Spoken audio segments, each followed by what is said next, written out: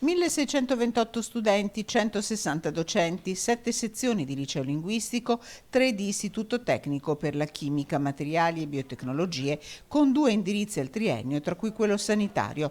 È questa una delle 3 scuole sentinella della provincia di Padova. Una grande opportunità, spiega il dirigente scolastico Giancarlo Pretto. Il progetto prevede un monitoraggio sulla nostra popolazione e in questo momento avere la certezza o comunque una maggior frequenza di test è un elemento di sicurezza. Il secondo invece è legato alla natura della scuola e anche delle altre scuole coinvolte nel progetto, cioè nel nostro corso di studi una parte del nostro istituto è impegnato a capire che cosa sia nel versante sanitario proprio stare nel laboratorio, analizzare i campioni, fare indagini epidemiologiche. Nonostante le limitazioni previste dal DPCM, ogni giorno in questo istituto, nato 150 anni fa dalle ultime volontà di un garibaldino padovano, Pietro Scalcerle, entrano 800 studenti e un centinaio tra docenti e operatori scolastici.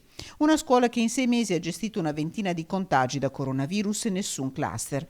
Per il monitoraggio già compiuti i primi atti formali, a partire dalla delibera approvata dal Consiglio d'Istituto. In questo momento la scuola sta raccogliendo il consenso informato da parte delle famiglie dei 1600 studenti che entreranno in una sorta di grande laboratorio e potranno fare un tirocinio direttamente su se stessi. La vostra scuola diventa un grande laboratorio. Diventa un grande laboratorio, speriamo, non solo pratico, cosa importantissima per un tecnico, ma abbiamo anche l'assicurazione da parte dell'Università di Padova che verranno svolti delle lezioni per spiegare meglio in che cosa consista l'operazione di monitoraggio, che tipo di dati verranno estratti e verranno consegnati in forma aggregata a noi stessi e ai nostri studenti perché li utilizzino per studiare.